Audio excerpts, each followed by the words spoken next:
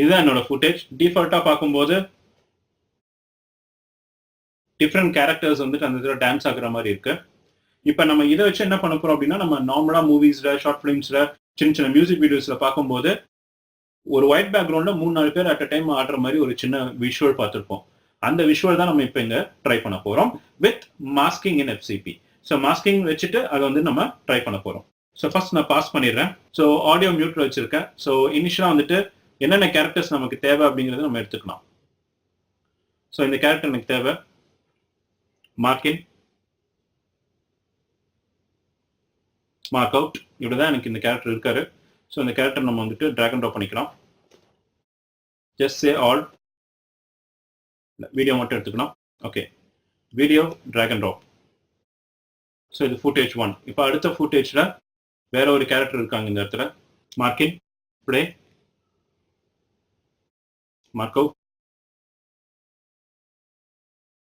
So frame by frame நீங்க play பண்றீங்க அப்படின்னா right and left arrow use பண்ணிக்கிங்க. நான் ஃப்ரேம் பை ஃப்ரேம் வந்துட்டு ப்ரிவ்யூ பார்க்குறேன். ஸோ இப்போ 3 டிஃப்ரெண்ட் ஃபுட்டேஜஸ் நம்மள்ட்ட இருக்கு. கிட்டத்தட்ட 3மே வந்துட்டு ஒரே டைம் டியூரேஷன் இருக்கு. ஸோ ஒரே டைம் டியூரேஷனுக்கு நம்ம மாற்றிக்கலாம். அதை டசன்ட் மேட்டர். இப்போ 3 டிஃப்ரெண்ட் ஃபுட்டேஜ். நான் ஒவ்வொரு ஃபுட்டேஜுமே டிசேபிள் பண்ணி காட்டுறேன். அதுக்கப்புறமா நம்ம இங்கே எஃபெக்ட்ஸ்குள்ளார மாஸ்க் கொடுக்க போகிறோம். Okay, so first footage disable, second footage disable, third footage மட்டும் இப்போ நீங்கள் ப்ளே பண்ணுறேன் பாருங்க. இதான் தேர்ட் ஃபுட்டேஜ். ஓகே, இந்த கேரக்டர் இருக்கட்டும். இந்த கேரக்டர் பக்கத்துல வந்துட்டு இந்த பர்சன் டான்ஸ் ஆகுற மாதிரி நம்ம காட்ட போறோம். அதுக்கு பக்கத்துல இந்த லேடி கேரக்டர் டான்ஸ் ஆகிற மாதிரி காட்ட போறோம். ஓகே, ஸோ ஒரு ஸ்பிளிட் ஸ்கிரீன் எஃபெக்ட் எப்படி பண்றதுங்கிறது பேசிக்கா நான் காட்டுறேன். உங்களுக்கு இதே மாதிரி ஃபுட்டேஜ் கிடைக்கல அப்படின்னா கூட வேற வேற பர்சன் வேற வேற லொகேஷன்ல டான்ஸ் ஆகிற ஃபுட்டேஜ் வந்துட்டு யூஸ் பண்ணலாம். பட் ஒயிட் கலர் பேக்ரவுண்டா இருந்து இல்ல காமனா ஒரு ஸ்டாட்டிக் பேக்ரவுண்டா இருந்தால் ஸ்பிளிட் ஸ்கிரீன் எஃபெக்ட் இன்னும் கொஞ்சம் எஃபெக்டிவா தெரியும். ஓகே, வீடியோட டிரான்ஸ்ஃபர்மேஷன் எக்ஸ்பேண்ட் பண்ணுங்க. எக்ஸ்பேண்ட் பண்ணிட்டு இதோட பொசிஷன் வைஸ் பார்த்தீங்கன்னா நீங்க லொகேஷன் ரைட் ஹேண்ட் சைடில் நான் ட்ரான்ஸ்ஃபர் பண்ணுறேன். So location I'm just transferring to right hand side. That's okay. So ஸ்க்ரீனோட எண்டுக்கு நம்ம சேஞ்ச் பண்ணிக்கலாம். டன். இப்போ ரெண்டாவது ஃபுட்டேஜ் வந்துட்டு எனேபிள் பண்ணுறேன். இப்போ நம்ம 2 video at a time play பண்ணுறோம் பாருங்க.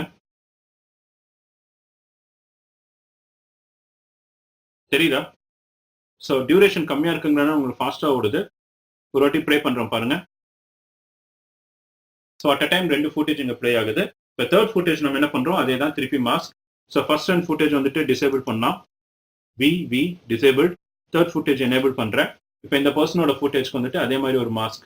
Track, draw mask. ட்ரா மாஸ்க்ல போயிட்டு எக்ஸாக்டாக இந்த பர்சனுக்கு வந்துட்டு ஒரு பாட்ஸ் மாஸ்க் வந்து ட்ரா பண்ணலாம். ட்ரா மாஸ்க் வந்து நம்ம ஆஃப்டர் எஃபெக்ட்ஸ்லயோ இல்லாட்டி ஃபோட்டோஷாப்ல யூஸ் பண்ணுற மாதிரி எப்படி வேணா நீங்கள் வந்துட்டு மாஸ்க் வந்துட்டு எனேபிள் அண்ட் டிசேபிள் பண்ணலாம். பட் இந்த இடத்துல நமக்கு பாட்ஸ் மாஸ்க் தான் தேவை.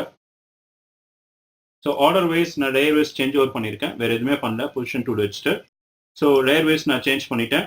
இப்போ எனேபிள் பண்ணுங்க. V and V. So at a time 3 characters இங்கே ப்ளே ஆகுறாங்க like split screen play. So ஒருத்தர் ஒரு டைமிங்ல ப்ளே ஆகணும்னு நினச்சிங்கன்னா இன்னும் ரொம்ப simple. So first character play ஆக ஆரம்பிச்சதுக்கப்புறமா செகண்ட் கேரக்டர் ப்ளே ஆனதுக்கப்புறமா தேர்ட் கேரக்டர் அப்படிங்கிற மாதிரி நீங்கள் சேஞ்ச் ஓவர் பண்ணலாம். ப்ரொவைடட் பேக்ரவுண்ட்ல ஒரு ஒயிட் ஸ்க்ரீன் வச்சுக்கிங்க. இப்போ நான் ஒயிட் ஸ்க்ரீன் வைக்கல. டிஃபால்ட்டா ஒரு ஒயிட் ஸ்க்ரீன் வச்சுட்டீங்க அப்படின்னா பேக்ரவுண்ட்ல ஒயிட் இருக்கும், பிளஸ் இவங்க ப்ளே ஆகுறது ஆட்டோமேட்டிக்கா தெரியும். ஓகே, ஸோ டிஃபால்ட்டா ஒரு ஒயிட் ஸ்க்ரீன் செட் பண்ணிட்டு அதுக்கப்புறமா இதை எல்லாமே பண்ணுங்க. ஒயிட் ஸ்க்ரீன் இல்லாத பட்சத்தில் தென் ஃபோட்டோஷாப்ல சும்மா ஒரு எம்டி ஸ்க்ரீன் ஒன்று ரெடி பண்ணிட்டு அது ஒரு இமேஜ் பேக்ரவுண்டா வச்சுட்டு நீங்க ஒர்க் அவுட் பண்ணலாம்.